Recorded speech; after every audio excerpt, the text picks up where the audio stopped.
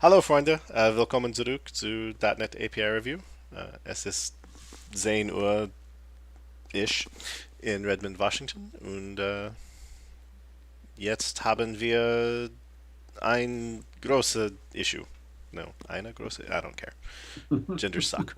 Um, all right, so yeah, we're probably going to spend all of our time on this one issue, and who knows if we'll even finish. Um, Today we're talking about issue 7144 from .NET Machine Learning, which is a tokenizer's library design. And looks like the person who will be leading the issue today is Tadek. Sabal Khair. Yeah, صباح النور. Thank you, Jeremy. Yeah, just before we review it, I mean, I can give a quick overview about like what we are going to review and what kind of library we are targeting here. So basically, this is a tokenizer library, which will be part of ML.NET, and uh, it will be shipped like any other library in NuGet and can be consumed by uh, different frameworks, including .NET framework. So we target there, I mean, like .NET Core and .NET Standard 2. Tokenizer libraries, I mean, tokenizers in general, about like it's a component which is part of large language machine learning models. I mean, like GPT-4 or something like this. And the tokenizer is the component that's responsible for taking like the input text, which is usually will be human readable text, and produce at the end about like a collection of tokens. Tokens can be like string tokens, or it can be IDs, which is some numbers. And this translation, I mean, depend on some internal process, which is like we divide it into like three stages, and not all stages are must to have, but there is some optional component, I mean, process in the middle. So part of it about like, we have normalization and we have pre-tokenization and we have encoding. This is the three stages. So normalization and pre-tokenization is optional during the process. I mean, like it's up to the user to opt in to specify specific normalizer or pre-tokenizer, or even like the tokenizer itself can require some specific normalization or pre-tokenization. So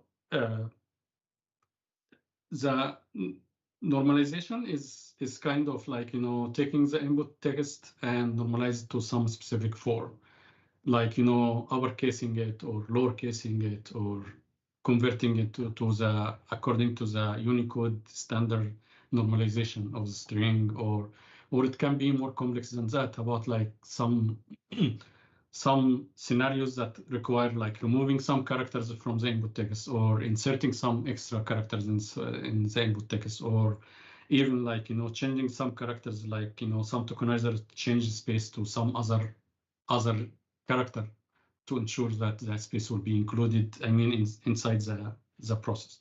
So this is a normalization. As I said, that normalization is optional. I mean, it's not used in most of the scenarios, but still used in some scenarios. The second part, which is pre-tokenization, and this pre-tokenization is just like is splitting the input text into smaller unit before going to the encoding. So yeah, pre-tokenization is used in most of the scenarios, and mostly, I mean, most of the scenarios also using like regex to do this split into smaller units before doing the actual encoding. And third stage, which is the most important one, which is the encoding itself. I mean, encoding, which is taking the unit that came from pre-tokenization and try to encode it to either like smaller tokens, I mean, split it more into other tokens, and also produce what we call it IDs or token numbers, I mean, something like this. And this encoding usually depend on vocabulary vocabularies. I mean, like, so every tokenizer will provide its own vocabulary file that it used for the encoding. So it can try to get the text and match it to some numbers inside this vocabulary dictionary or whatever. I mean, and at the end, it will encode it to the tokens that we are talking about here. So this is basically about like the high level overview of the library.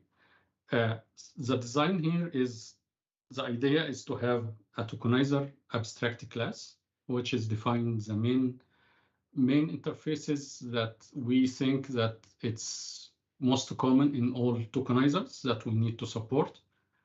And then the library have some more concrete implementation of this tokenizer interface. I mean, like every tokenizer, I mean, we support have its own like way to do stuff, but mostly about like, you know, the whole goal of all tokenizer is the same, about like taking the input and producing like collection of tokens or whatever. So so far, is it clear, or can we go to the usage example, or is there any question before we proceed? Okay, so we can proceed then. If you look at the usage example about like we provide about like every tokenizer can provide, I mean, concrete tokenizer which implements the abstract interfaces in the tokenizer class. Of course, I mean, like it will have like constructors, and this constructor can be used to create the actual tokenizer. And every tokenizer can have its own like configuration. I mean, like, you know, like there is tokenizer is called BPE, which is byte pair encoding tokenizer, for example. About it has something like, you know, have like prefixes, postfixes for the words, and unknown tokens or something like this. So every tokenizer, when get created, it can have its own like parameters to configure this specific tokenizer. In this example, is about like, you know, I'm listing above about like you can create the tokenizer by just calling the constructor and let it, I mean, create the tokenizer. Also, in the tokenizer abstract class, we provide some factory method, which is can create a specific tokenizer that we understand about, like, you know, this is just to make it easy to the user about like if they are specific in specific tokenizer with specific cases. I mean, we can just like call this factory method without providing all information, and we can create it for them. The example here is about like we have a tokenizer is called tick token, and you can see about like there is a factory method is called create tick token for a model, which is like it gives the model name, which is GPT-4 here, and it creates you the tokenizer, and you don't have to worry about like what's going on underneath that, about like what configuration, what other stuff that going on there. So you just call this and you use the tokenizer for this specific model. So the tokenizers mostly, as I mentioned, about producing tokens. So what kind of tokens about like, you know, encode to IDs, I mean here, which is produce, I mean, taking the text and produce the collection of IDs that it matches the tokens inside this for this text. This example about like, you know, tokenizer encode to IDs, which is telling like you have this text which is hello world, and it just encoded into like a collection of integers. I mean, so this will produce the IDs for the tokens. So the produced tokens actually, I mean, I mean, users will take this and feed it to the actual language model. I mean, like as input for them. I mean, so producing integer or IDs is very important scenario in our tokenizer, because most of the models I'm seeing today is depending on this IDs that we generate. So you can think about like, you know, the tokenizer is kind of bridge from taking the input text and producing this series of numbers that you will feed to the language model itself to make it process whatever task it does. The second functionality, which is count tokens, I mean, and this is just like, you give it some text and it counts like how many tokens can be generated from this text. And this is just like, for the scenarios about like people want to know about before doing stuff or something, they want to know the quota about like, how many tokens, like, it can generate, and can process. Is it over quota or under quota, or it's okay. So they just like call count tokens to get the count and decide about what to do about it.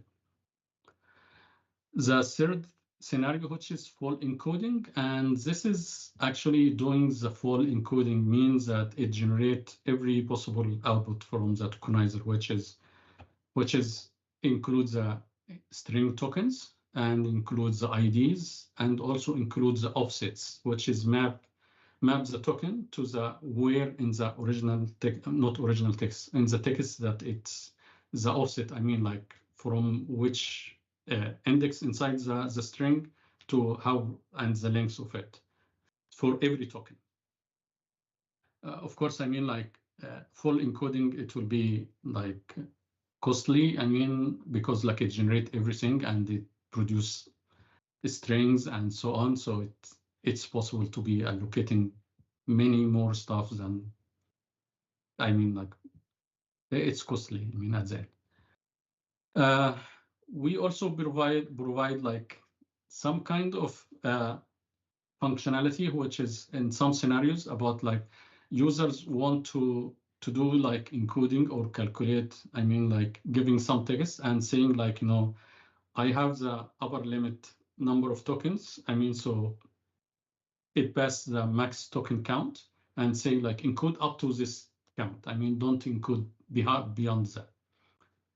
And this, we call this, we choose the name index of token count. Of course, we can talk about the naming, but this is what we call it today. Index of token count and last index of token count.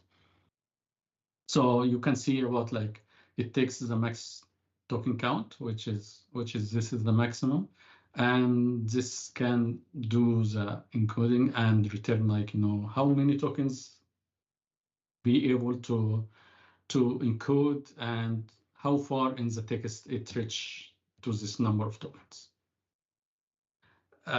The reverse operation, which is like if you have IDs and you want to get decoded back to the text. So this is what we call it decoding, and this take the IDs, the collection of IDs, and it produces just the decoded text back. So decoding, like doesn't guarantee about like returning to the original text exactly. It depends on the tokenizer itself. Some tokenizers can decide about like, guarantee this, and some tokenizers don't really guarantee this. So it depends. Last thing, which is we provide also, it's just mapping token to ID or ID to token. And this is work for single ID or single token. So it's not like decoding, taking like all IDs and produce the whole text. This is just like, providing some way mapping from ID to token and token to IDs. We will see about like, some scenarios that doesn't guarantee one-to-one. So at that time, I'm about like, it can return null because it cannot return like the matching. But anyway, like we will come into this. So this is basically the whole operations that the tokenizer is doing. And now we can go to the specifics here. So the class I'm talking about here is the tokenizer abstract class, which is defines the basic operations that every tokenizer has to implement to be supported here. Any questions so far? Okay. Yeah, I have a quick question. So where do these IDs come from? Is there some dictionary that we have, or is it just some computation? As I mentioned about like every tokenizer depends on vocabulary files or vocabulary like structures, and this vocabulary is passed to the constructor. So it depends. So the vocabulary, I mean, like every tokenizer can decide about what is the format of that vocabulary and how get provided or so. And even like, some tokenizers can provide other information, like, in BBE here in the example, you can see also something called merge stream, which is, it's a merging file, which is be used in addition to the vocabulary to decide about the encoding, how to encode or merge tokens together or split tokens or whatever. So yeah, I mean, like IDs is generated according to the vocab at the end. Yeah. We can go back to the tokenizer class. Yeah, you can see the first two things here is the normalizer and pre-tokenizers. I mean, this is, as I mentioned, this is the two optional component you can create the tokenizer with. Normalizer and pre-tokenizer, I mean, those also abstract interfaces, I mean, or classes. We will see it later, but basically about like normalizer is very simple about like taking some input text and produce another string, which is after normalizing the input text. And the pre-tokenizer, actually, it has interface which is taking the input text and start splitting it and return enumerable for the units of this text. We will see the details about the normalizer and pre-tokenizer, but I want to make sure that this can be part of the encoding process, because like our APIs will depend about like if there is normalizer used during the tokenization here. So basically we need to return the normalized string in our operations. So you can see like output parameter in some of the APIs telling like, yeah, I mean, like you give me this input, but because you have normalizer, so we normalize it and we return you the normalized string if you want to do more operation on the normalized strings. Next, encode to IDs. You can also notice like we have like overloads, one always take a string and one takes the span, read-only span, this is just for optimization. I mean, if somebody want to work with the span, so they can use the other overload if they don't have strings. Yeah, why have you defined them as the string one is virtual? Yeah, so it's it's interesting. I mean, like, sometimes I mean, like, it's so people. I mean, like the most important one, which is the span one. I mean, like if they implement the span, we can implement the default one, which is taking the string for them, which is to be costly. I mean, like, we will allocate string at that time, but there is no string reason to be virtual. I mean, it can be abstract if we need to require them to No, my implement. suggestion is non-virtual. The reason for it is in some cases there might be allocations Right. to go with implementing the string in terms of the span one. In some cases it might need to construct a string for something, for example, as part of a return value or to store into a cache or something like that.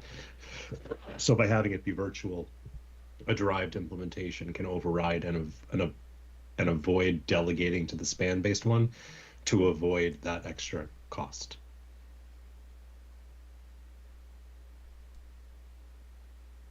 Yeah.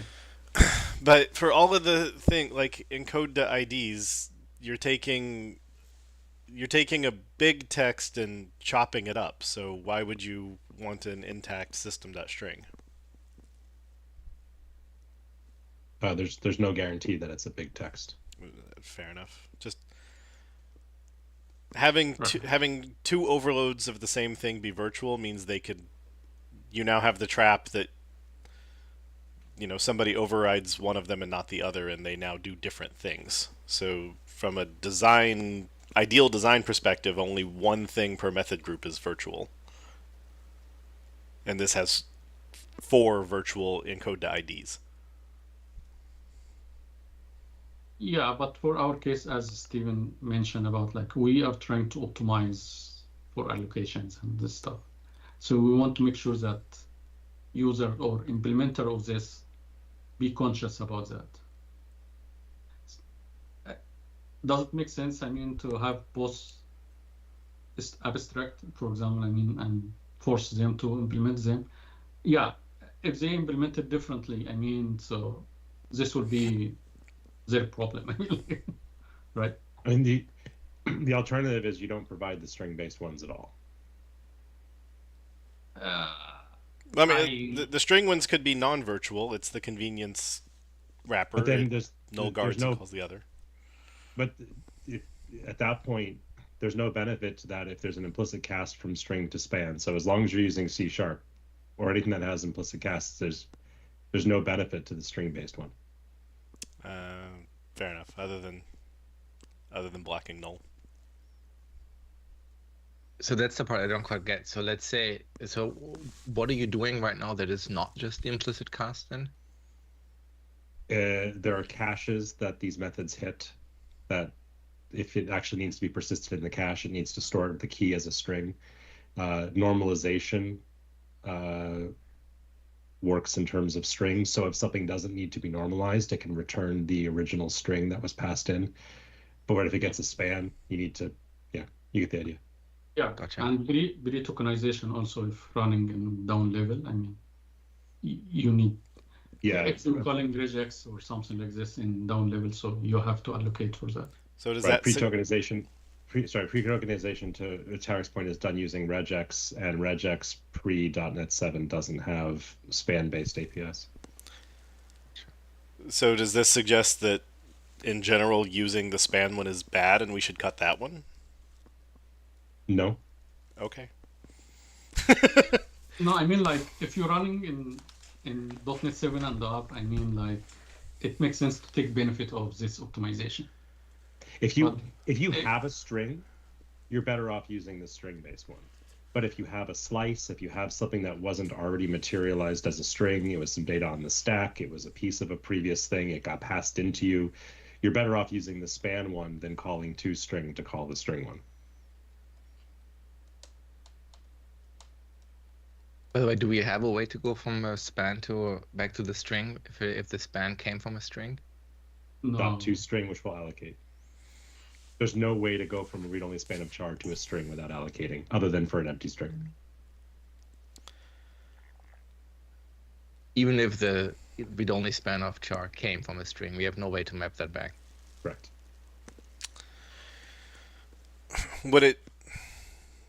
So in some of the crypto routines where the public overloads take string and read-only span of char, the worker methods just take both and then ask, is the string null? And if the string's null, then they defer to the span.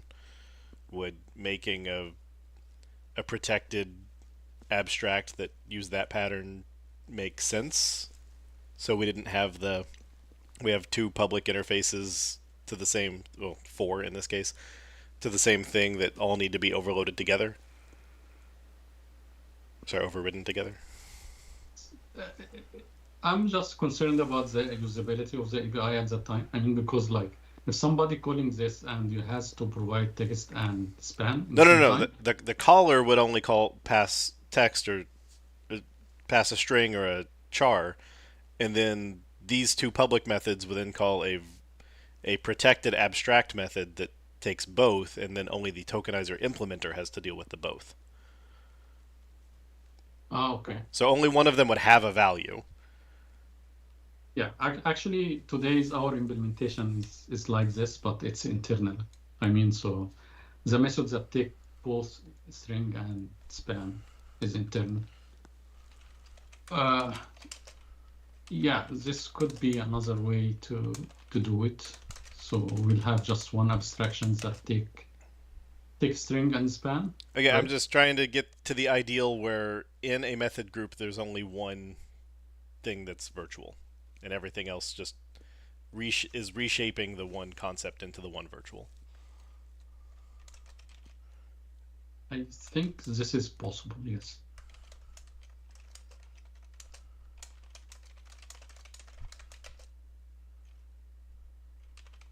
So basically, we will have like 2 non-virtual and 1 abstract, right? Two non-virtual public and one non-virtual and one virtual. Oh, sorry, one abstract protected. Yeah. Right. Well, 4. I mean, I would love to be able to squish.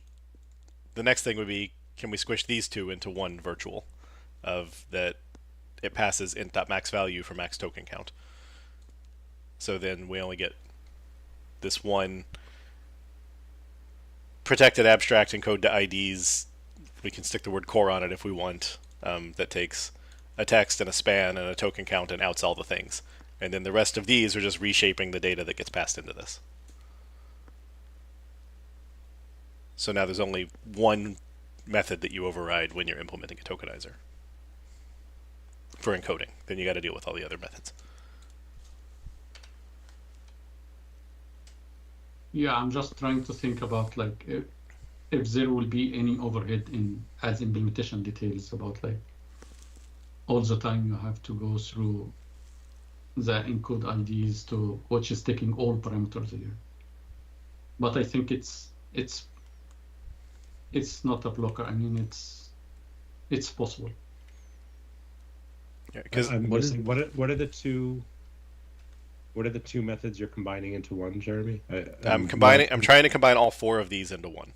Right, but for narrow it down to the minimums. You're looking at, like, for 2 example, the 2 abstract methods. The difference is it's not just max count, right? It's also an out. There's a set of outs there. Fair enough. It's a long thing, so I didn't see if they differed more than just the max token count parameter. That's why I was asking. Yeah.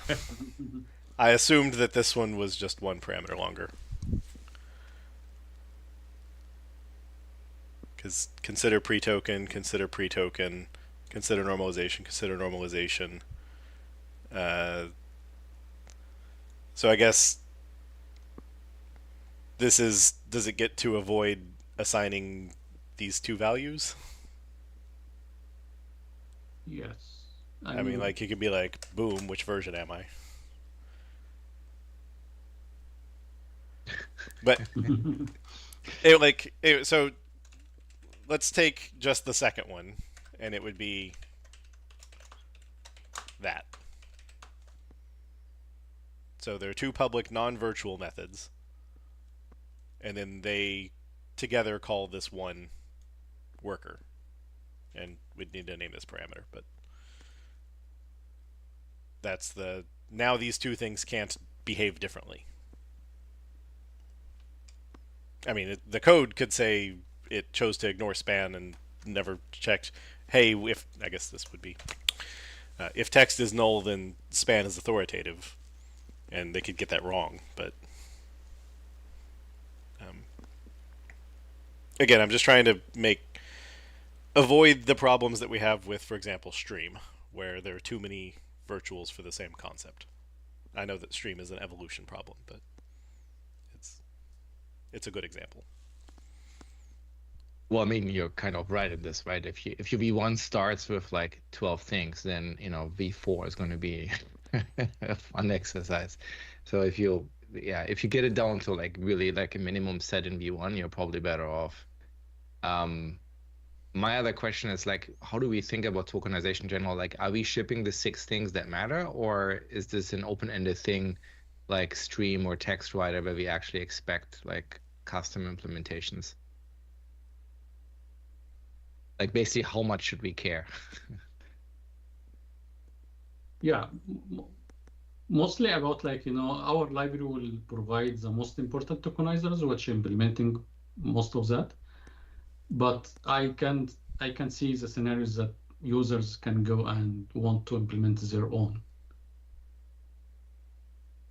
Yeah, I didn't mean like theoretical, right? I mean more like practical, right? Like, I mean, like if you need to be Facebook or Amazon or Google or somebody else who is able to basically train large language models, right? Then the amount of customers that we need to worry about here is like going from hundreds of thousands to a few dozens, in which case it's like, well, you do rocket science, so your overloads are probably not the biggest problem to worry about, right? Versus if you do stream or text writer, I mean, very many people just redirect source A to source B, so they it's a pretty common problem to have. Yeah, I wouldn't expect like many people will override this except they implementing their own tokenizer, and we are trying to provide our own tokenizers. I mean, so most likely about like majority of users is not going to implement it themselves. Right. Yeah, so going back to Jeremy's idea, I think it's reasonable. I mean, and it can work nicely.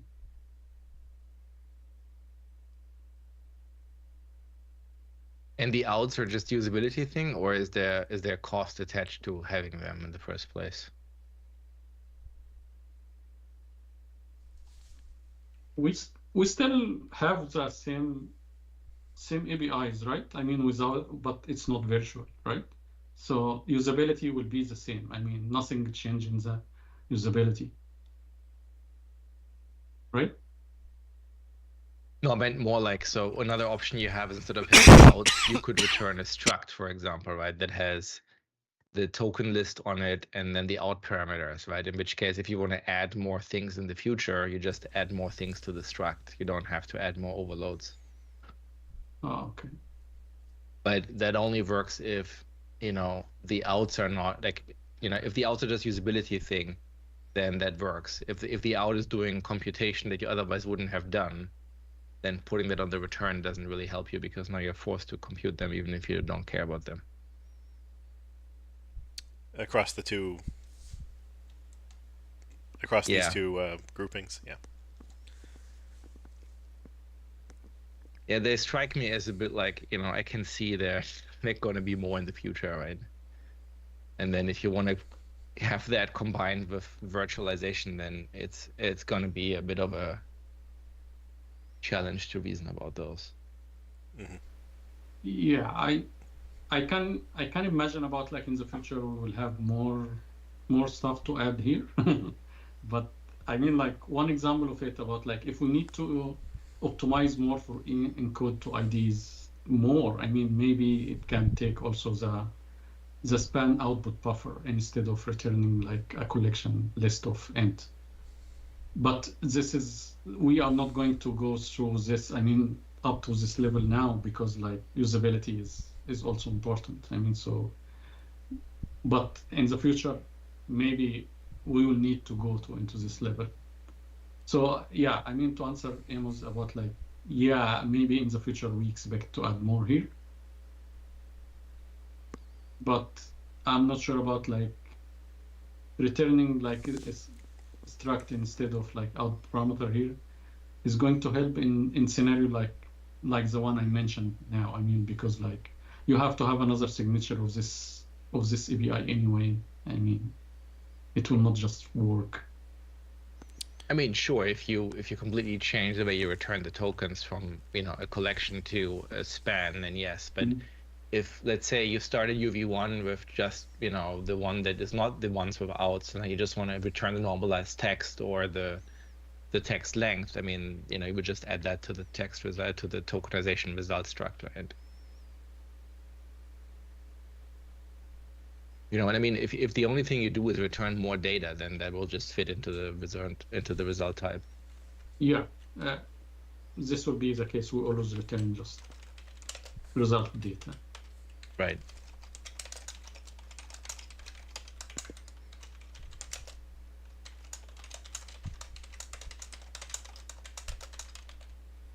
Yeah, I would consider like when you return like a span, that's a completely different overload group because you have to completely change the way the method is being called, and also the way the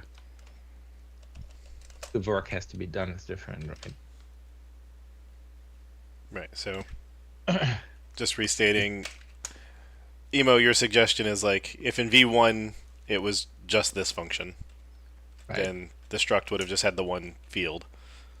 And then we come along and like, oh, we can get the normalized text out at the same time. So, boom, we add a field and nothing changed other than now the thing can produce the normalized text. But we have down there is also method is called encode, which return what we call it like list of tokens. Mhm. Are we going to have another struct for this, or this can be like combined to the encoding results that you? I'm not sure about like how we are combining both now. Fair enough. But so I don't think Emo's question was so much do we expect more overloads of encode to IDs in the future? It was do we expect more overloads that add more outs? Like, is there more data that could possibly be returned? Because if we expect it to evolve, then we want an evolvable system, which would be returning something like a struct or class or returning a complex type. If we think that this is really the only two pieces of data that you would ever get as a result, then it's probably fine. Yeah, there is some advanced scenarios that we are not supporting. I am not sure if we will support it either. I mean, like it can return some extra stuff. Like there is some there is new what's called Hugging Face libraries. I mean, this is the Python libraries, and they produce much more stuff. I mean, like, you know, for example, about like they produce like padding. I mean, like you can pad the result to some other tokens or something like this. So this can be part of it. So to answer Jeremy, I mean, like, you know, so far this is satisfying our scenarios that we want to support today, but in the future, yeah, maybe some stuff can be added to the results. So going with struct maybe will be reasonable here. Right, and then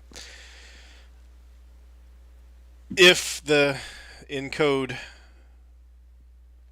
yeah, I guess it also outs an entirely normalized string, then we'd probably end up with tokenizer ID results and tokenizer results or something like that as the two different things that it can return back.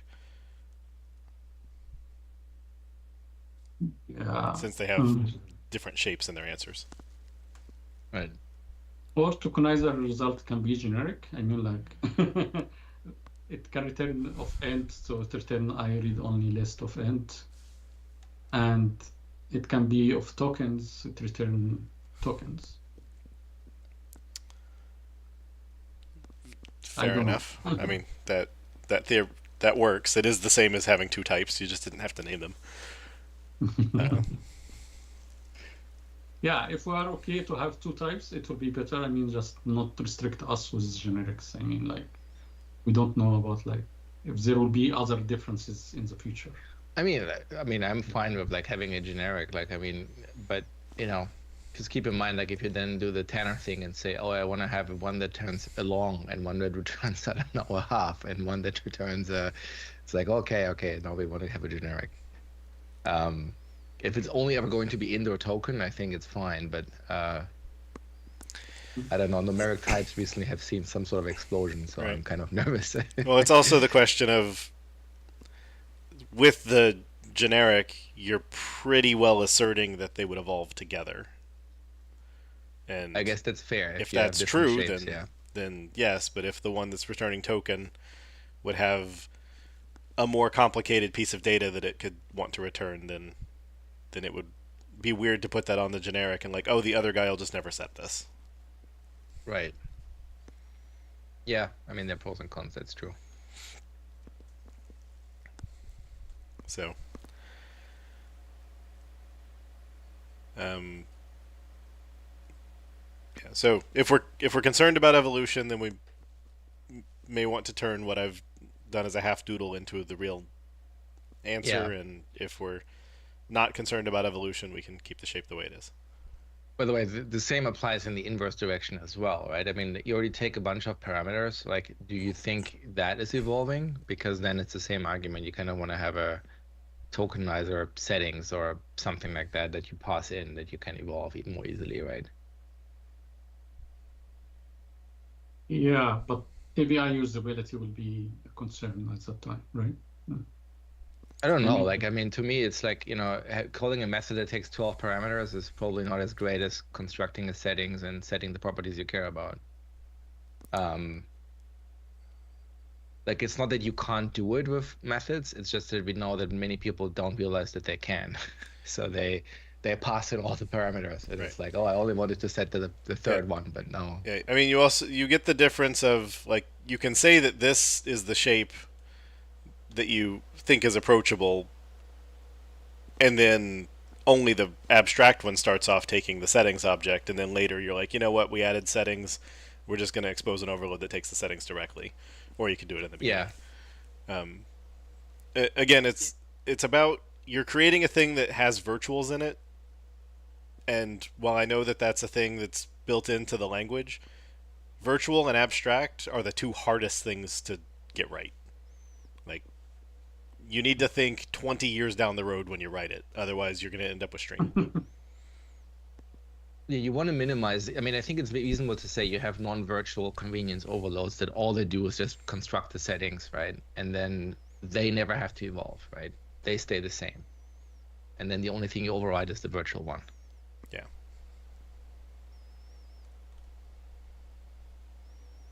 And again, I'm just saying this looking at the methods because they do look like they take a,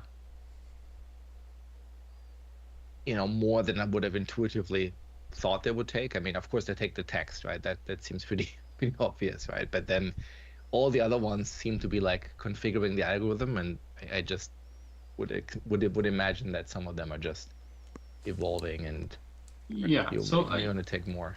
I'm just thinking about this, about like, what is the shape of the API that most people is going to call, and what the shape of the API is that less people is going to call, but it's needed. I mean, it's important. So right.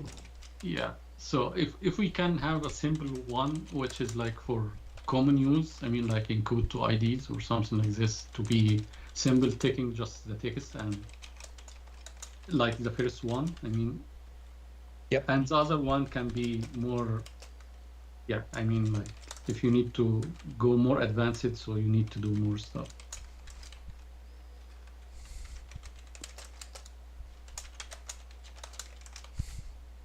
Yeah, I think our goal is not so much reducing the methods, but I think having convenience overloads is all fine. I think the only thing we're trying to do is say dispatch as much as you can to basically one method that is virtual, and make sure you don't have to add overloads to that as you evolve, right? So if that overload just takes settings and returns a struct, well, then adding more options or more results doesn't change that entry point, right? It's the same, right?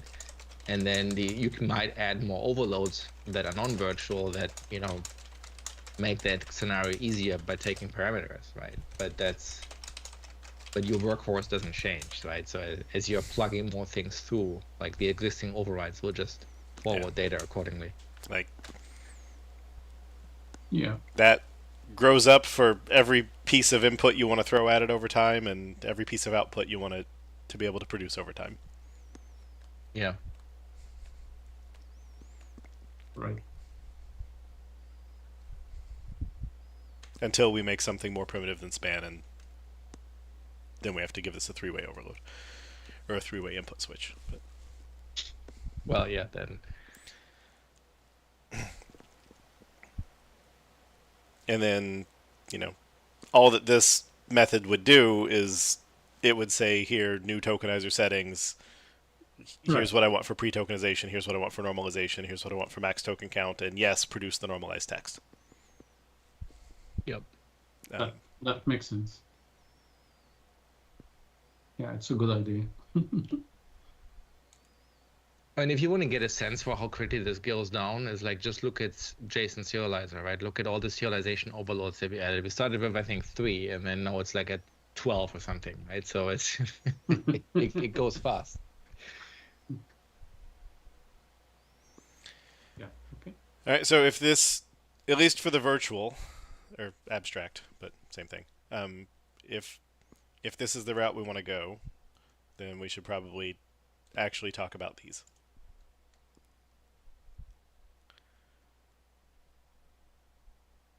So one question I have is, like, I think you said it earlier, but like this is all for Net Standard 2, right? Yeah, we support Net Standard 2, of course, and we support Net Core. Yeah. So then how do we stand on init properties in general? Are we saying yes? Are we saying no? Have we Sorry, added what? any? We added some extensions, didn't we? I thought we did, yeah, but I wasn't sure how we feel about them. Or even Like init, JSON. We added some in JSON. didn't we? Did we? Like I think init, I think the compiler will fail if you try to use it in net standard 2 and you didn't set langvar. I think you get a compiler error that says, sorry, I don't understand this return type. Doesn't it have a mod rec on it? That's what I'm saying. I think the compiler will fail and say, sorry, you need to. Either the compiler gives you an unactionable error message or the compiler tells you, sorry, you have to be on C# 8 or higher or whatever. For which? Is this in it? Yeah. People oob it.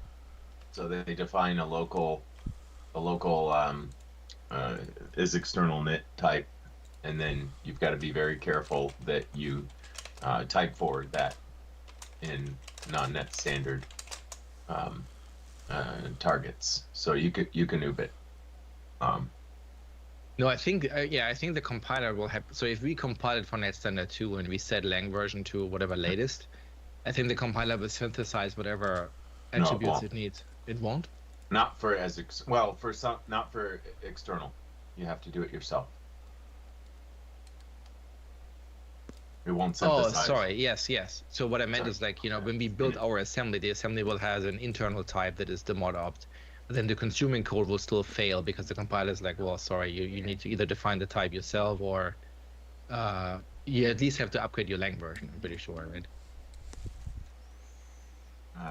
You can consume it without defining the type. It's actually there's a compiler bug that the internal type definition leaks into the consumer. I'm not sure what the I don't know if you have to switch langvar to get the init enforcement. I thought that you get it without setting langvar, but I'd have to test it to be sure.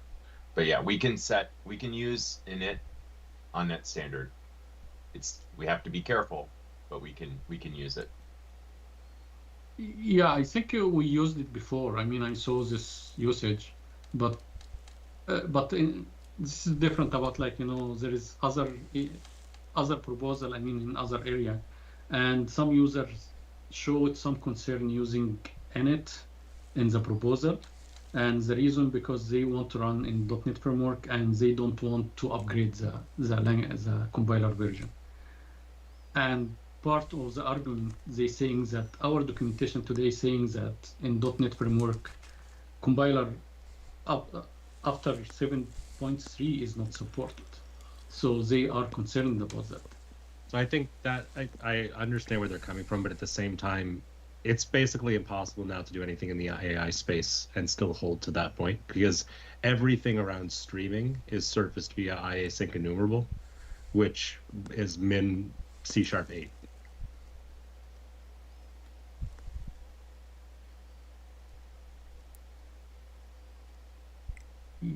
But we expose any interfaces that uses No, those? but if you're using tokenizers, you're doing it as part of a larger AI scenario.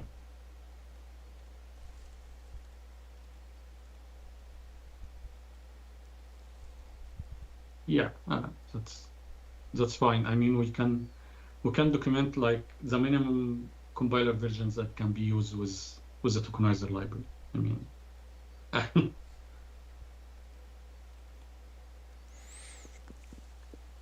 Because you want these to be get a init emo?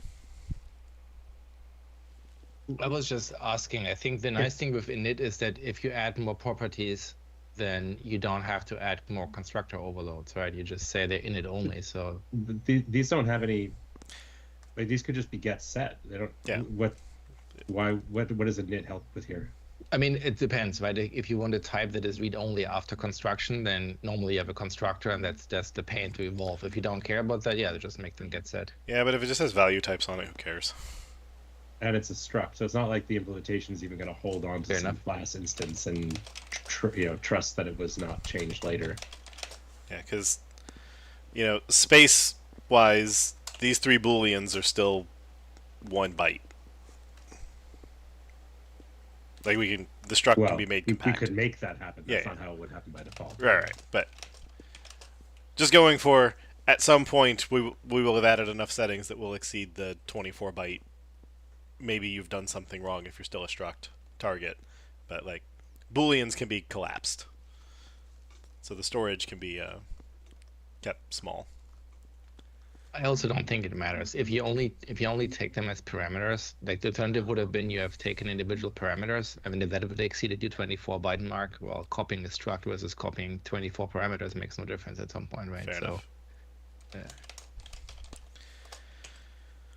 I mean, I guess it depends on how many layers you push the stuff through, but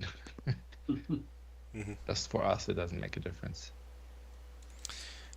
Yep. So chat already pointed out that I shouldn't have called it something like tokenizer results. It's more like encode results, because it's the result of encode.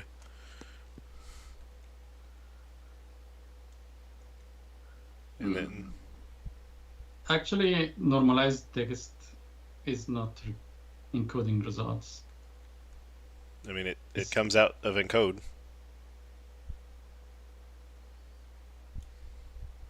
Yeah. Okay, I can see it either way. But yeah, I'm fine with the encoding results. It's fine. And then, yeah, so is the encode to IDs and the encode to token, Encode, yeah. will they... Is this the only thing that you expect them to ever differ in? Yeah, token actually has another struct, which is encapsulates the string token and the ID and the offset. Right, but so this could be...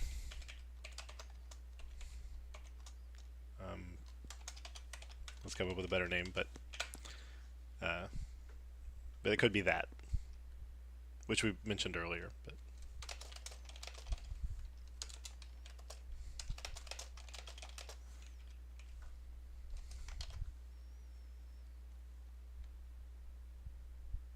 yeah, this would be fine. I mean, but I'm not sure about in the future if there will be any restrictions or differentiate between both of them.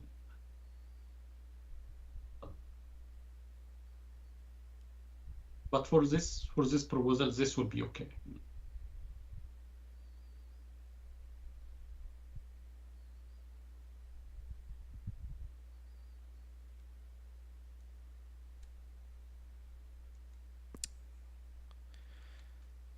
okay, so then we would drop that, drop that. We already dropped him here, and that guy turned into this guy.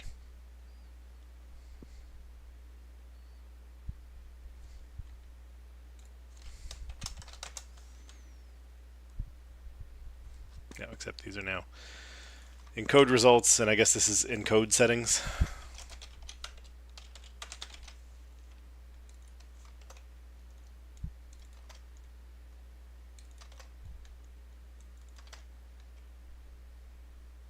I'm seeing in the chat that people still prefer use init.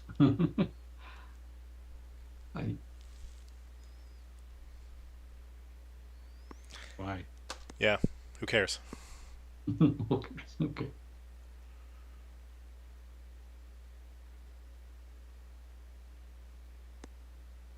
The Mm-hmm. Yeah, I mean, init is just set with a mod rec on it, which just means it has opinions about how you write your code. I've never seen a time when somebody wanted to use init when I didn't think set would have been better. Okay, the property that results, maybe we can call it like tokens instead of results. Okay, you think that makes sense both from the IDs and from the tokens sense? Okay.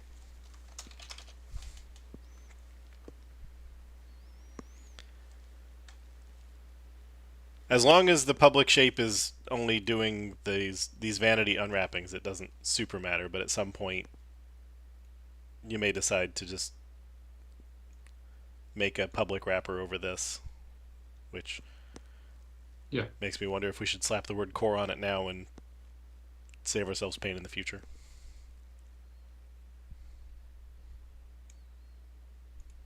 Yeah, this shape. I guess we would never make this public. We would make the string one public and the span one public. So this is it. We don't need to put the word core on it. Mhm.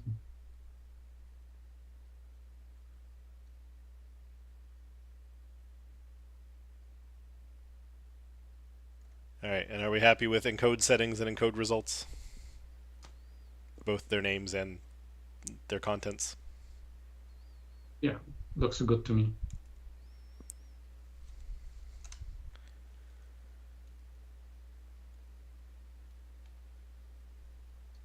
So the only question I have is like, what is cheaper, encode or encode to IDs? Encode to IDs is much cheaper. Then your naming is unfortunate. Because your like two usually implies a conversion, and we usually use it for things that are non-cheap. So your naming kind of implies that encode is the canonical one that is easier, and the other one is more work. Versus in your Encode is case, the it's- more. I'm not disagreeing, but encode is the more complete one, and encode to IDs is basically saying it's only extracting the IDs, not the full information. But because of that, it has to do less work. Do you have a suggestion for what we call it? Well, I mean, not yet. So like, what would you like the majority of your callers to do? Call encode because they get more information, or encode to IDs because it probably is sufficient for most people? You call the one that provides what you need. So if you need more than IDs, then you call the other one. The expectation is most uses are going to need either count or encode IDs, or encode to IDs. Yeah, just one observation here. I mean, recently, in last couple of weeks, we got some people already consuming the library, and they went with encode, even like they want the IDs only, because like they thought like this is how to encode. I mean, what they used to call from other libraries that they used before. So it's like, they have the notion about like other libraries calling encode even if they are returning IDs only. And they went here and say, oh, okay, so I will do the same. I will just call encode, even like more expensive. They will still get the IDs if they need to, but they're calling the more expensive one, even like they can call just encode to IDs. Right. Sort of like if you think the people want the IDs, then that one maybe should be called encode, and then this one should be called encode full token, or encode full tokens. Or you could just have encode to IDs and encode to tokens, right? In which case you just present them as alternatives. Mm-hmm. I But just think like what Tarek said is kind of confirming what I was thinking is we know from usability studies that people tend to use the cheaper overload or the shorter overloads. right, because it sounds like start here and then maybe go to the other one if you have a reason to. Yeah. So yeah, I like more about to be more explicit. I mean, so we can keep encode to IDs and we can rename the encode to tokens.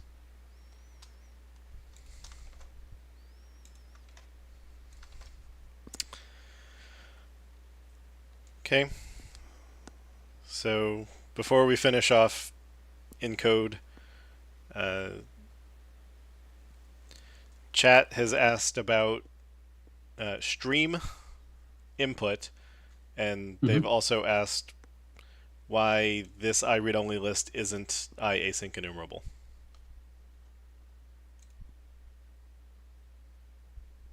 Why, which isn't async enumerable? The output of encode. So the tokens on this struct here, or the output of this. There's no reason it would be async enumerable. If anything, it would be enumerable. Yeah. For these two, I guess yes, but there's also the question of should it support a stream input?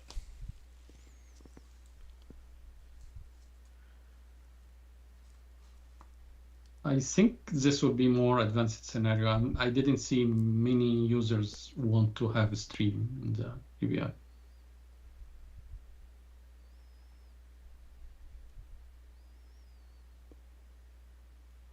Okay, so the answer is We can support that. streaming is a non-scenario. It's something we are not supporting this currently. I mean, we can support this later if we want to. I mean, it kind of doesn't make sense, right? So if you think of encoding like as text, I mean, you would get the Right. So instead messages. of stream, it would be a reader, but Yeah, I mean, you don't get individual tokens as a stream, but you would get, let's say, a stream of comments, but then in comments is like a bunch of text you want to encode, right? So even in that scenario, you have batches, right? So you would call each comment as one unit, and then you have an IACing enumerable around the whole thing, not around every single word, right? I mean, so right now, the models that the popular models like with OpenAI, they support streaming output. They don't have a mechanism for streaming input. But if they did, they would necessarily be doing that. They would be basically taking the input words and chunks of text, and as they received that, they'd be translating that into tokens to stream into the model and then stream the response out of the model. So you could imagine a scenario where it would be useful if it took an IASync enumerable of string as input, or an IEnumerable of string as input, and then you could have an IEnumerable of int or an IEnumerable IASync enumerable of int as output. But I'm struggling to come up with a scenario where you'd want that for the full encode. I would imagine way before we got there, we'd have it as overloads of encode to IDs.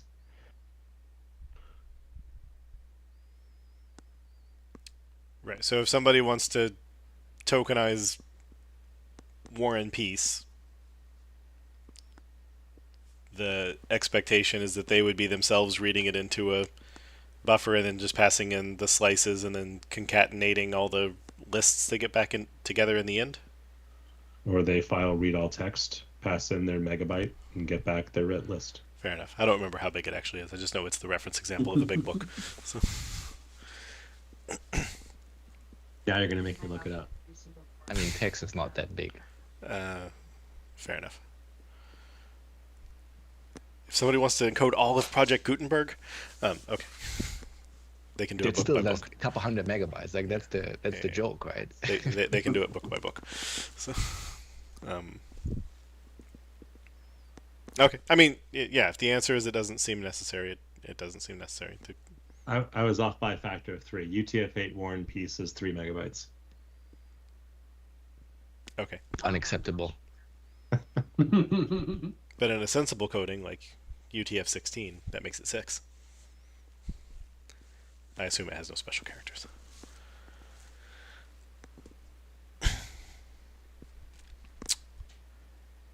Okay, so sticking with synchronous, and then yeah, is iRead-only list the right return type? Yeah, I saw the people consuming it. Sometimes they need indexing it, the results. So this is why we decided about the list. I read only list. Right, but this is where we get the if all of the implementations are just returning list, which happens to be cast assignable to iRead-only list. Yeah. Assume people are going to cast it, and then the question is, why didn't we just return a list?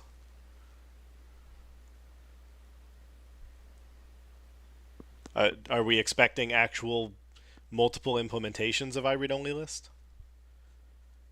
Because the rule is the parameters should be the least specific type as an input, but you should return your most specific type as the outputs.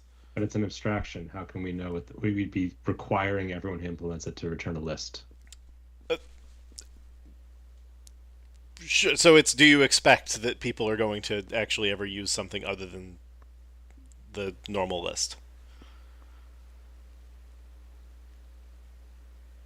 If you think everybody's just going to return a new list, then return the list. If you think I read only list is fine, it's fine. Just, it's usually the wrong answer for a return. For an abstraction? Oh, that's where it gets a little harder. See, also, abstractions are hard and we're not really good at them.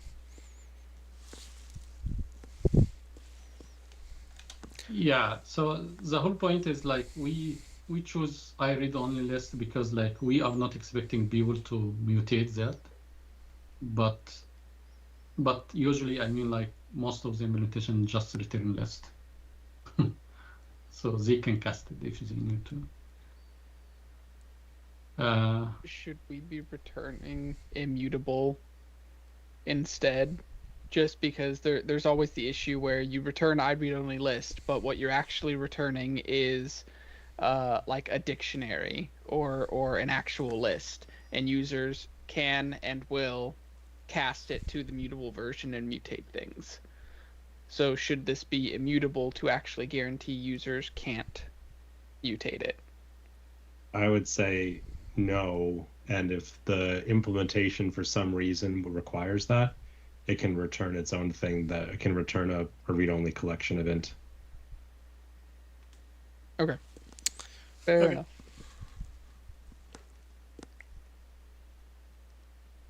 Yep, just asking questions. Or we can just return I list, right? I mean, yeah, it's mutable, I know, but Yeah, I mean, it's just it's the question of, from the abstraction, is the idea that the caller owns the list and they should be able to mutate it, or that it's a projection of data that's really owned by the tokenizer, in which case the caller needs to copy it into their own memory. It's a common problem, and the answer is always it depends, which leads to questions.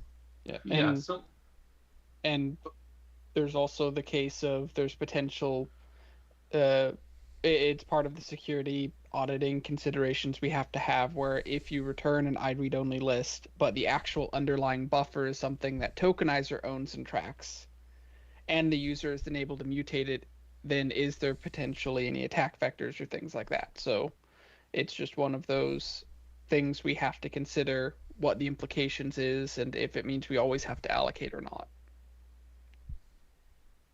yeah, so the tokenizer, after returning this, it doesn't own it or doesn't reference it or do anything with it. So the caller is the one who receiving this, and up to the caller to do whatever it wants with it. If we return I list, which is mutable, I think this would be okay. I mean, like, it declares that intention of like, this is a list. It's mutable if you want to mutate it yourself, but this is what the tokenizer returned to you. For what it's worth, I still like I read only list. I think, today these methods might always be returning a brand new list. But to Tanner's point, if we were to add a cache for, if we expect the text coming in to be frequently the same each time, and we had a cache, we could cache away a read-only collection event and return that, and it is an I read-only list event, so that would just work.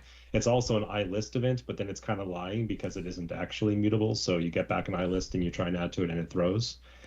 So I still think I read only list makes sense. That said, if other people really think it's the wrong type, we could do something else. So one question here is like, can we create memory from I read only list without allocating? No. No, because I read only list could be a linked list. There's nothing guaranteeing it's linear. You could type check it against array, and if it's an array, then you could avoid allocating. But For anything else, you'd need a memory manager, which you'd have to allocate or have a cache of somewhere. But if it is list, it can optimize the allocation, right? There's no special support for list of T in memory of T. Interesting. List of T can go to span easily through collection marshal, but not to memory of T. Okay. Yeah, I was just asking this because like someone raised about like Onyx runtimes today using memory, and if they use tokenizers, I mean, it would be good to have like something returning memory without allocating.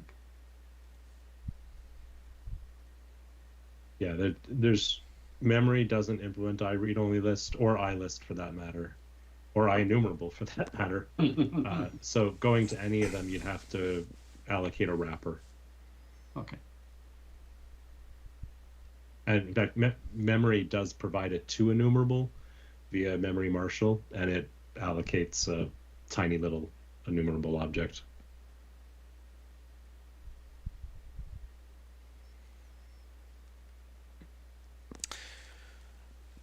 Yeah, I don't have strong objection to iRead-only list. It's just an interface and a return type is always a discussion.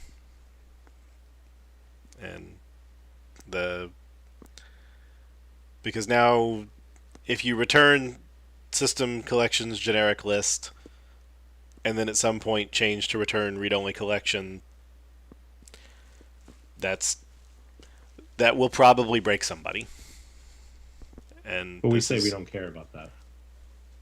Oh, really? Yeah. You in this library or us in .NET Runtime? In .NET Runtime. Oh, in .NET Runtime, we 100% care about that. We've never changed the... We absolutely have. We've changed enumerable.empty. We change link methods all the time to return different concrete implementations of IEnumerable.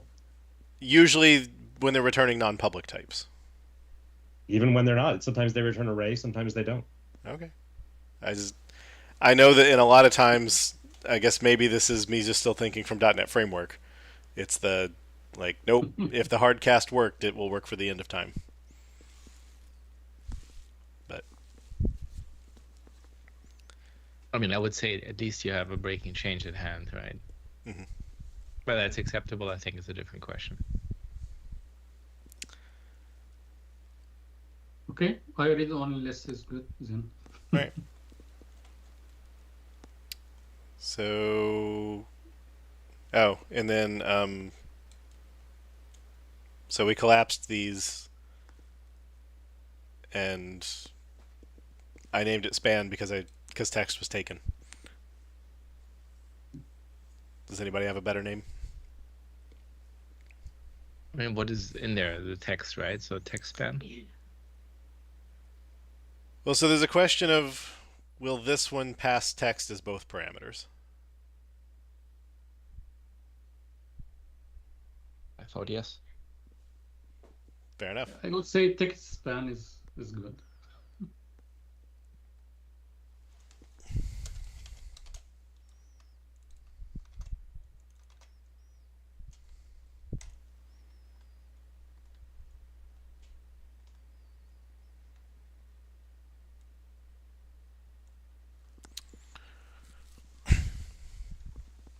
Okay, so for count. Yeah, count is the same idea, but it just return the number of tokens. I mean, just count. Should it take the same? Should the abstract of it take the same encode settings and just know that some of them don't make sense for count, or do we want a different setting struct for it? No, I would say it will take the same. Okay.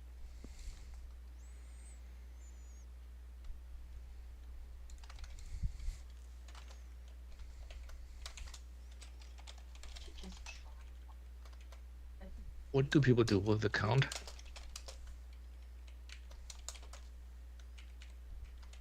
Are you asking what they do with the count? It just calculates the quota. I mean, they can they can use processing the text. So if they got like long text and they want to see like how much it will cost them to processing it in the model, they can just like know that about like they have enough quota to do that. Yeah, I think Steven have more information about this. Sorry, I missed it. What was the question? So what do they people are- do with count tokens? Like presumably you have to run the tokenizer, right? You use it to know whether you're going to exceed any limits that you care about. So you want to ensure that you don't include more than 2,000 tokens in your request because you don't want to exceed the context window that is 2,000, or maybe it's 4,000 and you want to leave at least 2,000 for your response. So you're basically trying to stay within bounds or manage cost. Every token incurs additional incremental cost. So you might have a limit for how much you want to spend on a given request, and you trim back based on that. Things like that. But counting is, even though counting is on par with the amount of work I expect encode to IDs to be, it's considered a free operation quota-wise? You don't have to allocate anything. Fair enough. Just have to burn a CPU for a bit. So encoding doesn't cost you anything, correct? Well, encode in order of complexity / cost, encode is the most expensive because it produces the most information. Encode to IDs is less expensive because it produces less information. Count tokens is even less expensive because it produces less information. No, but I meant more like because you don't have to send it to an Azure service, you don't pay for it, right? Like it's not something that is. Oh, everything here is all done locally. That's what I thought. So like it's just about when you send stuff to, let's say, an AI model, then your quota is in terms of tokens, right? So that you want to know how much you sent there, I guess. That's the typical. The typical billing model is based on token count. And then you do different things with different pieces of information. So, for example, IDs. One of the common reasons people care about IDs with something like OpenAI is because you can bias the model for or against using certain tokens in its responses. So you can say, I never want you to use the following 6 swear words in a response, but you don't give it the words because it doesn't know words. You give it IDs, and it won't include those IDs in its output. Or you could say, I really want you to include one of the following words in your response. So you could even do things like set a bias to say the only words I want you to be able to return are the following 10 words, and I only want you to return to me a single token. So you can use it to basically force the model to choose to give you like a one-word answer to a specific question based on words that you're aware of. So people use this for things like intent detection. Is this about shopping, or is this about buying or trading? And you can have it choose one of those. So you'll use encoding IDs for something like that. I meant to ask while we were talking about encoding, but I'll pop back to it now. Is int the right data type? I assume there aren't currently anywhere near 4 billion unique words across all languages. So an int is probably uniquely identifying a word across any language, but just asking, should it be long? Okay, at the end we are processing the text, which is like, so the return count token cannot exceed the length of the text. This is what I'm seeing. So it depends on the vocabulary for the given model. The GPT-4 has a vocabulary size of 100,000. I guess in the future you could imagine a system with a vocabulary size of greater than 2 billion, but I don't know when that will happen. That's what I was about to ask. Like, I mean, it doesn't have to be unique, right? It's just within your vocabulary, it's the ID, right? So English will be disjoint from German, and even that is probably be specific to the model you're using for tokenization, right? But even if the vocabulary go that size, I mean, I'm not sure about like the return value, I mean, of any text passing it, it will exceed the length of the text. So we are limited by the length of the text at the end, right? I don't think you meant the count tokens int. I thought you meant the int for the token. Yeah, I The mean, token ID. I mean, encode to IDs is I read only listed int. IDs? It should that be? Do we need to be concerned that int is too close to being exceeded? Chat says GPT-4 says a max of 128,000 tokens, but I don't know if that's its vocabulary size or at 128,000 words it smacks you and says you're DOSing it. So GPT-4's vocabulary size is approximately 100,000 tokens, approximately 100,000 IDs. The 128,000 sounds more like the context window on some of the models that OpenAI supports. But yeah, the biggest model I saw so far, it had 60,000. Okay. But because I know I've played with some of the chat things and they also supported the other- English and German and Spanish, and assuming that they're all the same tokenizer, that means there's a hyperlingual vocab file, and that's why is 2 billion enough for every word of every language that is. Oh, okay. Practical. So just to give some idea about like tokenizer doesn't have to depend on the language specifically. Like if you take token example, I mean it just like converts whatever text to UTF-8, and from this UTF-8 bytes it generates the IDs. So it's still about like limited number of IDs, even if you got any language in the text. I mean. But anyway, I mean, like, yeah, I'm first about like Hugging Face. I mean, like, I'm seeing they using integer there, so I Okay. think they didn't run into longer.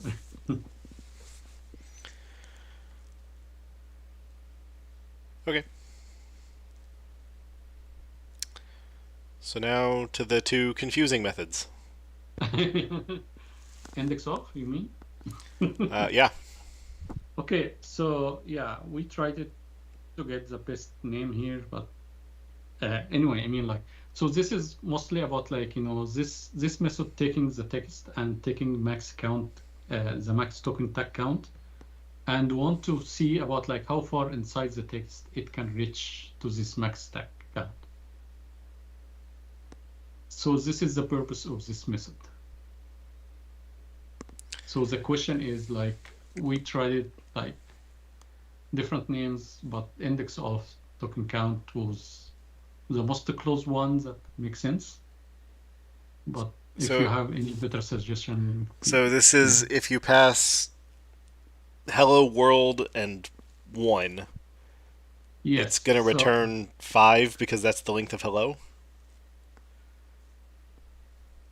Oh, okay. So if hello is just one token, right? I assume so. Yeah, imagine like hello world, it will be like 2 tokens, hello and world, and you passing max token count is 1.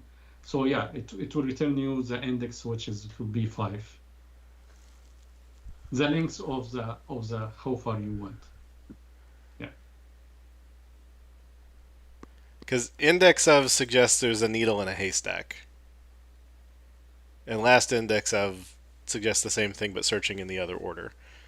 And this isn't, there's no search involved. Yeah. Any suggestion? I mean, better name for that? I don't know.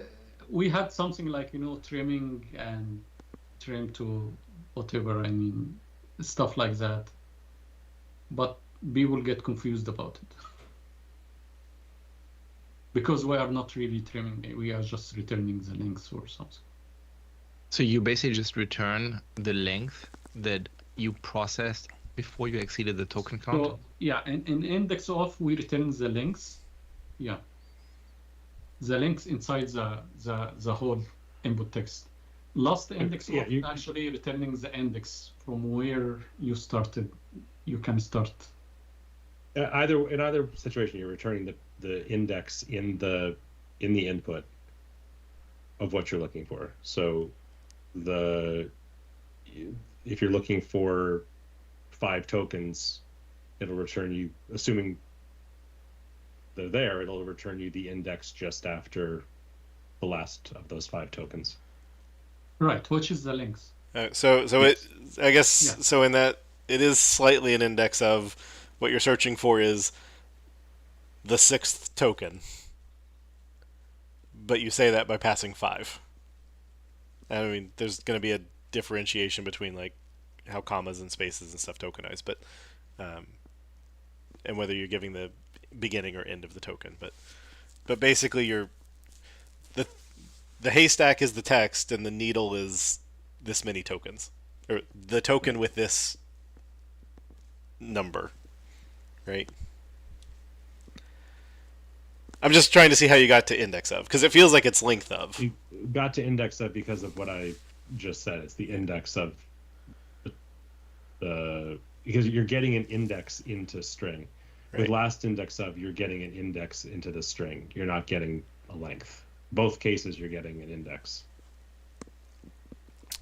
Right. So last index of Hello World 1 would be the index where the W is. Right, which is would be So it'd like be index 7 or something. yeah. So that's why I said where the W is. I think it's 7, but Yeah. it might be 6 or 8 because off by 1 errors are easy. So I'm still confused. Like I think I understand index of token count, where you basically return the beginning of the token that you pass in with max token count, right? Right. So maybe it's helpful to think about it in terms of the scenario.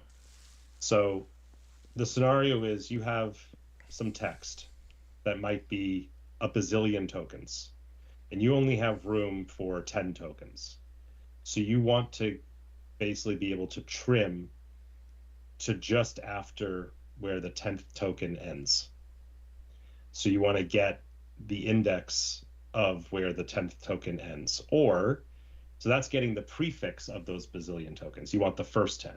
What if instead you want the suffix? You want the last 10. So you need the index where the first of those 10 tokens at the end starts, because you're going to trim off everything before that.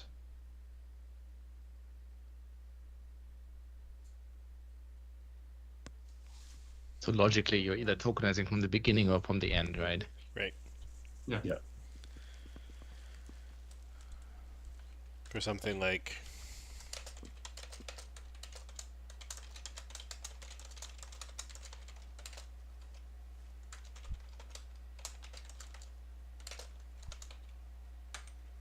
Yeah. So examples where both of these would be useful.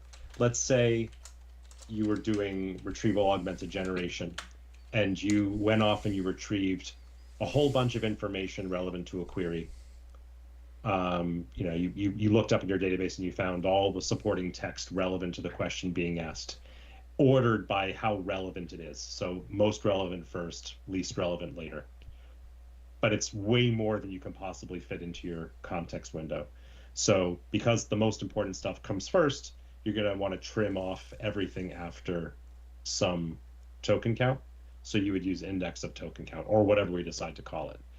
As another example, imagine you have chat history. You've been having a long conversation, and you want to do something, and at some point your chat history gets so long that everything in your history exceeds the context window.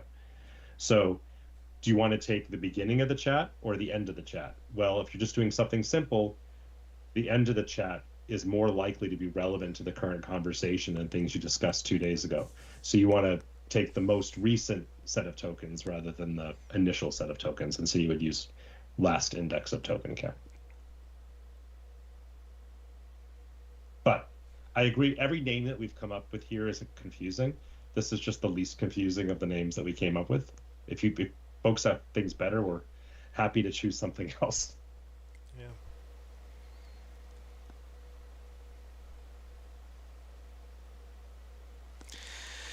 Like, I wonder.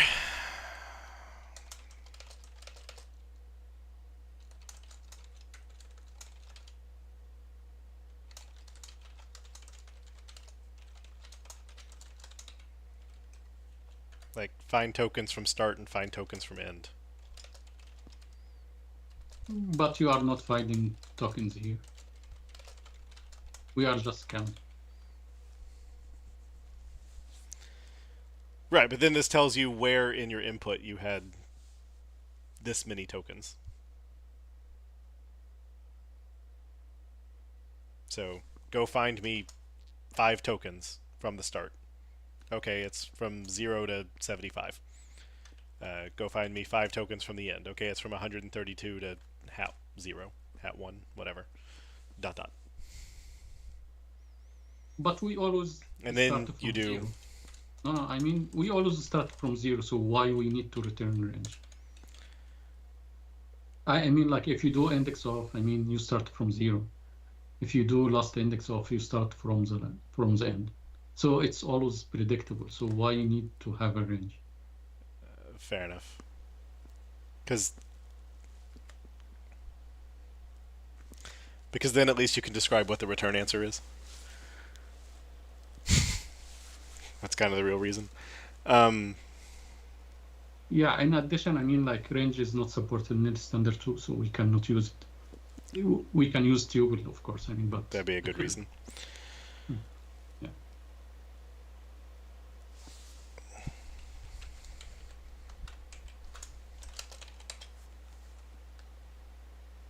Find tokens from start. Yeah, find tokens is kind of like I'm searching for tokens. I mean, I'm not searching really for how far I can go. I'm fine. I mean, like, I'm just like trying to think loudly here because I thought about like many names. Yeah, the most closest one was the index of one.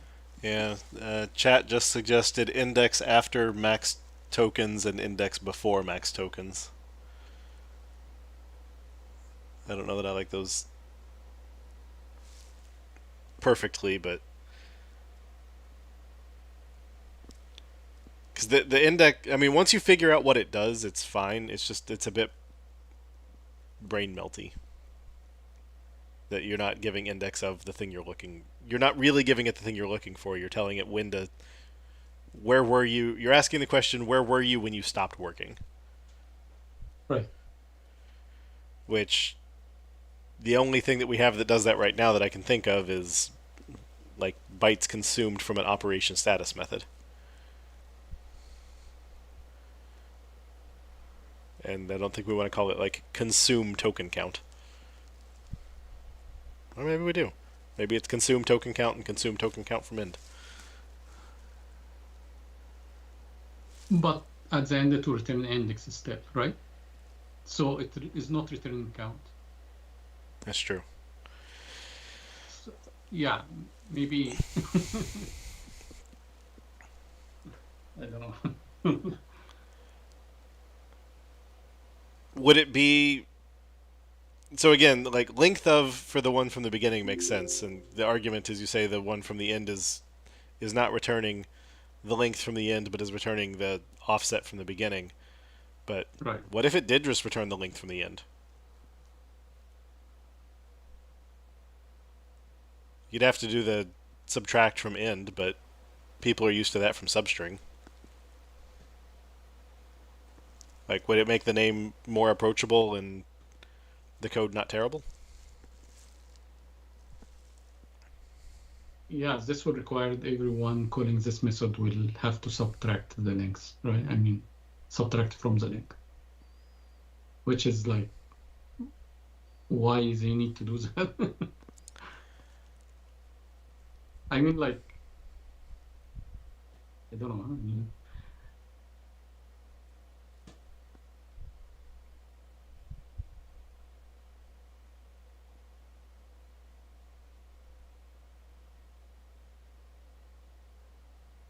I'm trying to think about better names, but I'm not getting any. I mean, I posted some suggestions in chat. Okay. Get end of first token by count.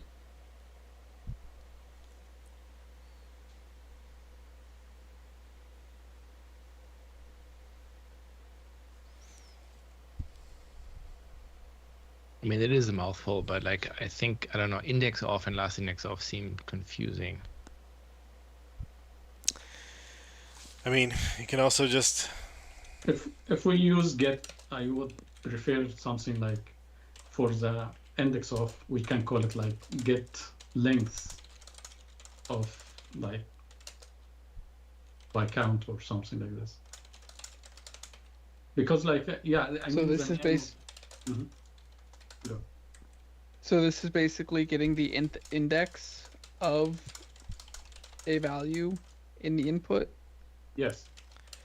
it's telling you where to trim.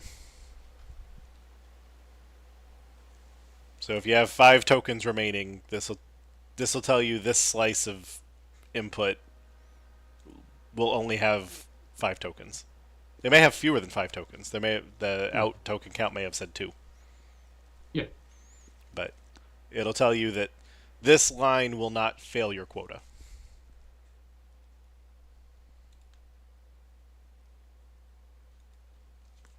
Which, I mean, so yeah, is that the same as chunk? No. Okay. Well, chunk in these contexts usually implies turning some larger sequence of text into pieces. So I would expect chunk by token count, for example, to return an enumerable of string. Fair enough. To give you this is your 5 token, this is your first set of 5 tokens, this is your second set of 5 tokens. Yeah. Exactly. All right. Which is also something. It's also a concept in this space called, and it's usually called chunking, because you take some large piece of text and you break it down into pieces that can be then put into your vector database as an embedding. So you take your corpus of documents and you break it up into pieces of text no more than say 250 tokens each, and you put each of those into your database for then retrieval later when someone asks a question and you want to pull back just the paragraphs that are most relevant.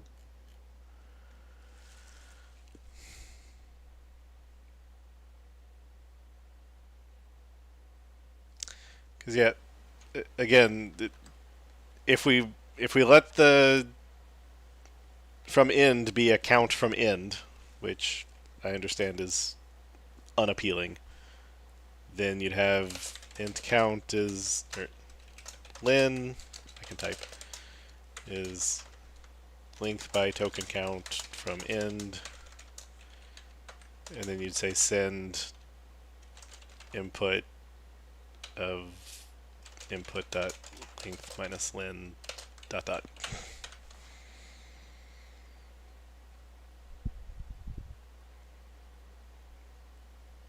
But we all understand what length is.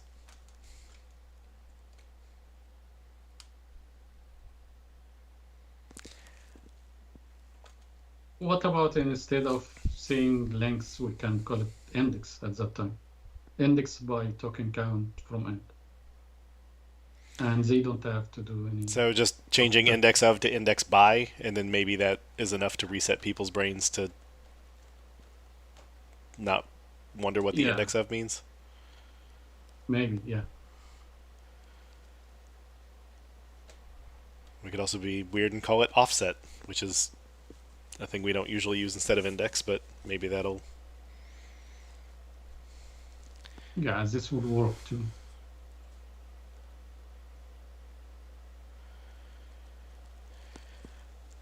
Yeah, I mean, we might be caring too much. I don't know. I guess the consuming of this you think is going to be popular, right? That just the deriving should be rare, but consuming should be common. At least more common than deriving. Yeah, deriving should be very rare. I mean, probably we only have how many derivations, Tarek, today? Like 5, and the total number of derivations would be capped by the number of tokenization algorithms out there effectively. So you're dealing with at most dozens. Yeah.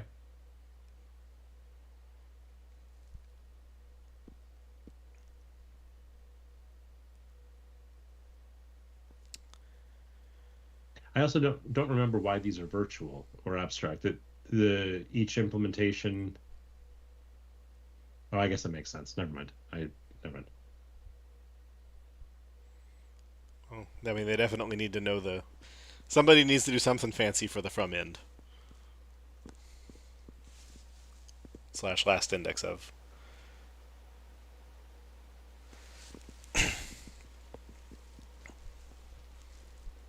I guess even count tokens isn't going to tell you where this. Right. That's what I was initially where the thinking. offset You movement have to stopped. you have to basically binary search. Yeah.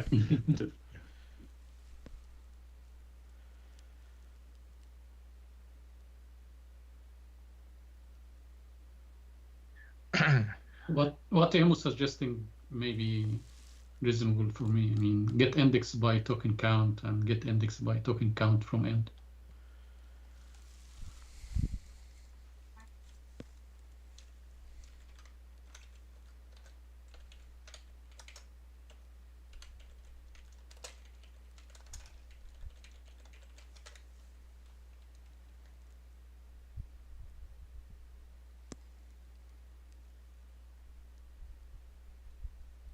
Steve?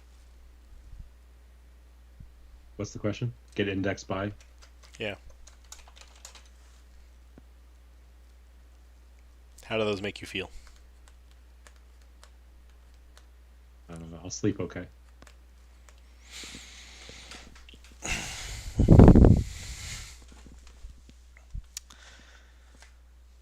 Yeah.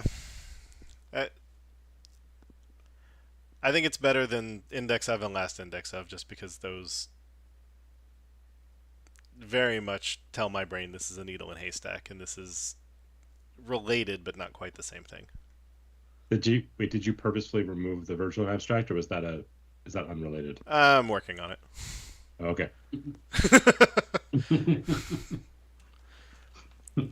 Because I assume we're going to do the same thing here that we did on the previous ones. I see. Because it looks like it can take an encode settings, and then because it's taking, I produce a normalized string. This one may need a different return type, but the max token count was already part of encode settings. Consider pre-tokenization and consider normalization are part of encode settings. So it feels like these are similar enough that, again, given that producers are small, it's like, yeah, not all encode setting options may make sense. Yes. So it's, if we like that shape, then now we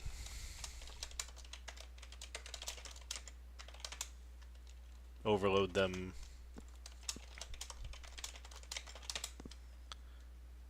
And then now we virtual them.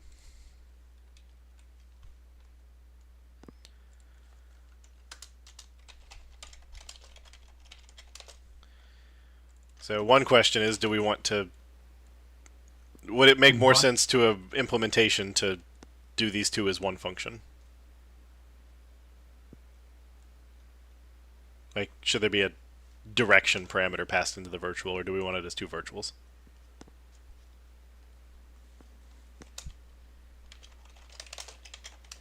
Implementation-wise, it can be combined.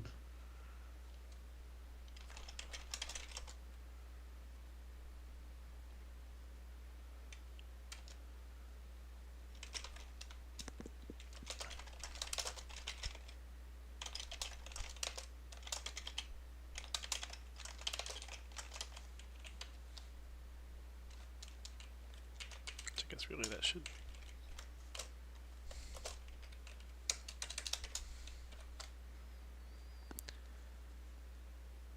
But I don't know that we have a good direction enum, so we can just make it.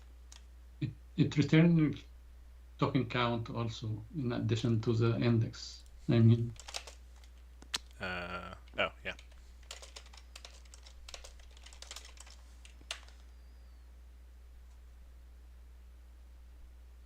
and if you want to use it for both operation from start from end, you need to have a boolean telling which direction you want. Right. So would we rather have a Boolean here or Yeah, two abstracts?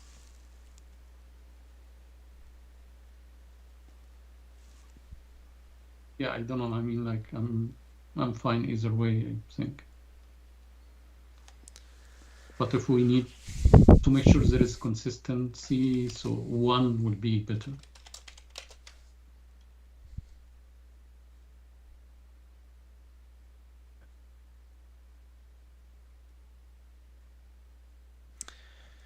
And now, since this method has two outs and a return, we'll ask the question again. Do we think that this will ever need to gain more output and we want to make a struct for it?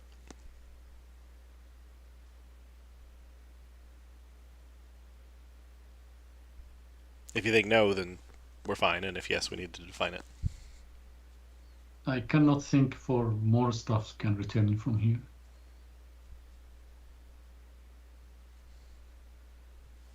What else it can return?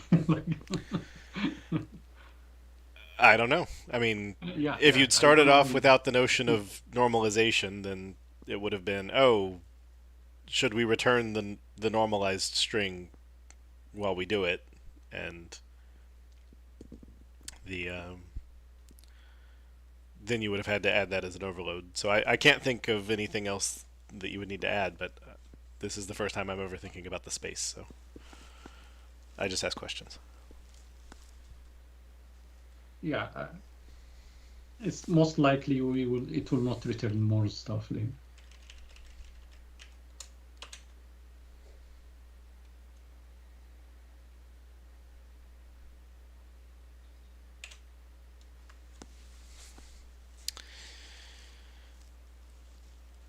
Okay, so decode. Yeah, decode. It should be straightforward. Yeah, taking IDs and return the string. You said it's virtual. Did you mean abstract? Yes, abstract would be better. Yes, sorry.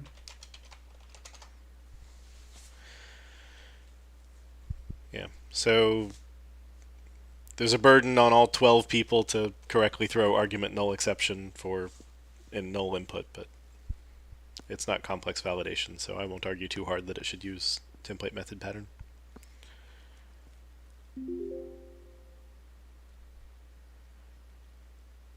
Okay.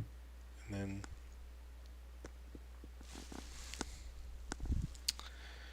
then so is the expectation that every implementation is already going to be able to map an ID into a system.string?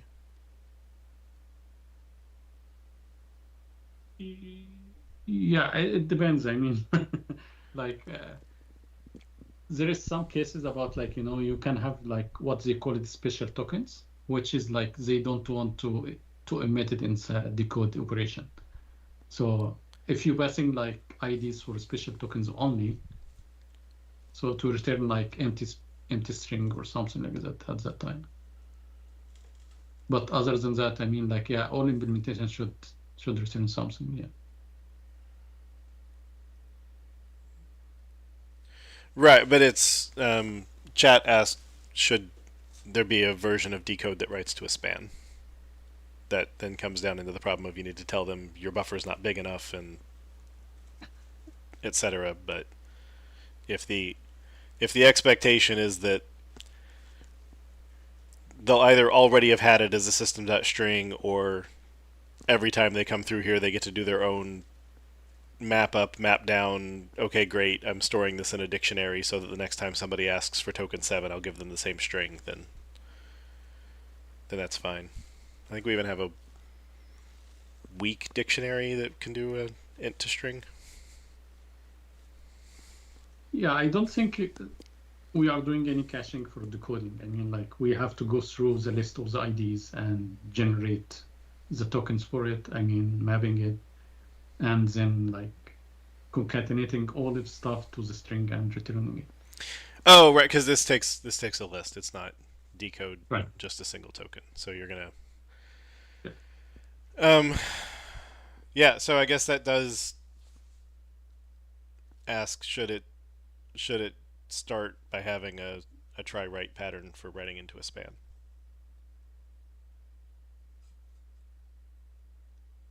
Yeah, the abstraction one, yeah, maybe. I mean, but we should still expose APIs that just decode the IDs and return the string.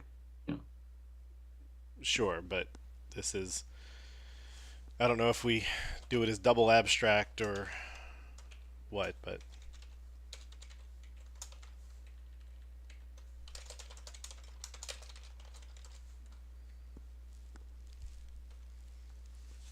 It's. Should we have that?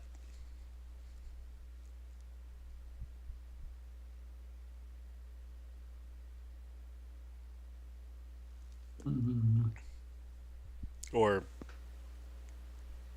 should it be the. I think operation status would make sense here because it could tell you I was able to consume the first 5 of your IDs, but then I ran out of space. Yeah, we need to have the second abstract. We have to provide more information here. So that's.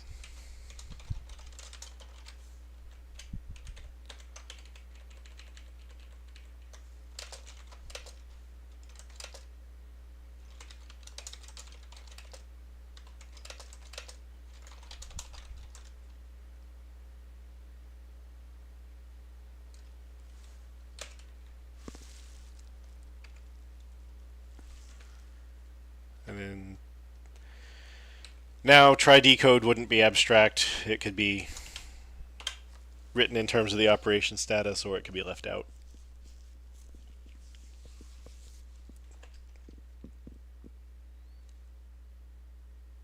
Yeah.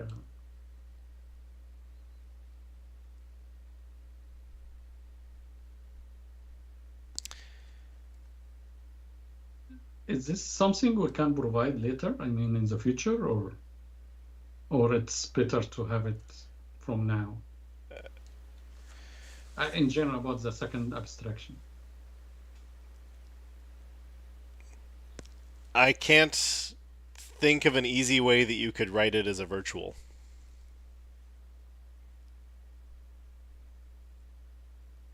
Meaning you would need the implementers to do it, which means you want it to be abstract because you want them to write it. Which means you need it in the first version.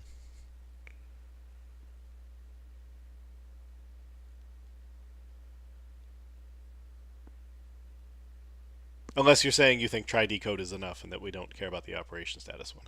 But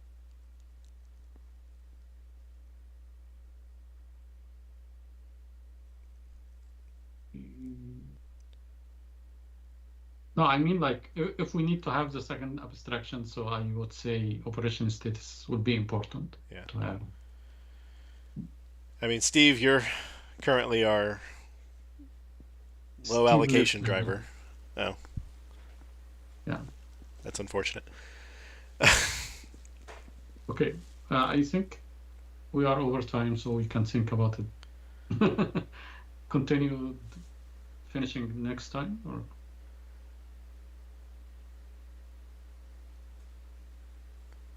Well, I mean, what next time is an interesting question because I think we're significantly backed up now, but that's an emo question. Yeah. Sorry, I can pronounce the German I. That's an emo question. Oh, all good. So, I mean, my question is like, how soon does it have to get done? So we have quite the backlog now.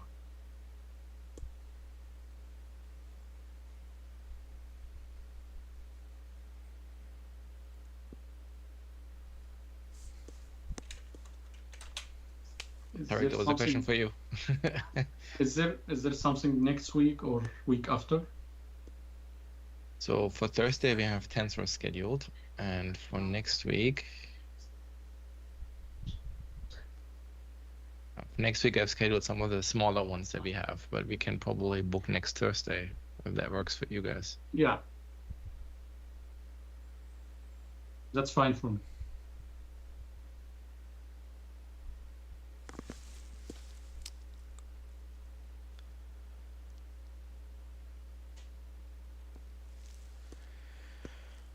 Okay. Okay. So big notes are reshaped.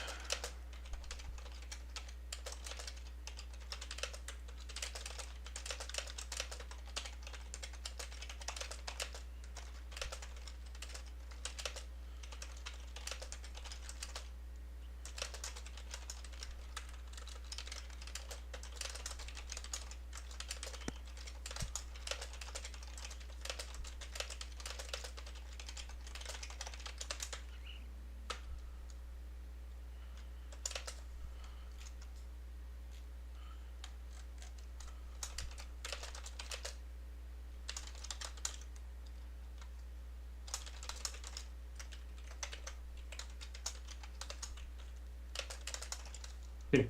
Thank you all for all feedback. I appreciate that. Thank you. Thank you. Bye. Ciao. Alright, and then we made it to decode, so we were discussing decode when we ran out of time.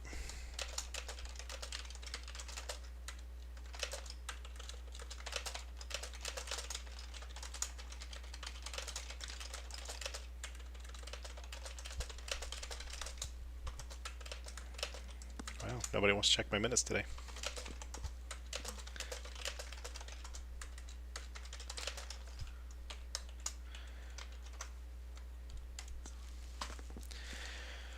Okay, well, I think I still have an audience here.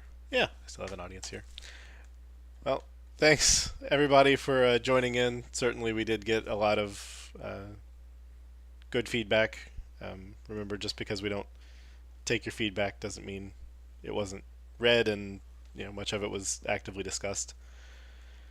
And yeah, so as Emo said, we'll be having a meeting on Thursday. Calendar load.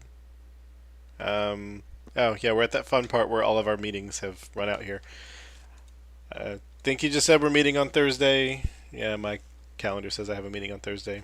And then we'll be here Tuesday, and then apparently also next Thursday. So we're back in the rhythm of having a lot of API review meetings. So if you like attending, good news for you. And most of us generally like being here, so good news for us.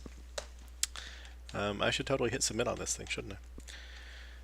And with that, that's funny. I don't have permission to edit the labels.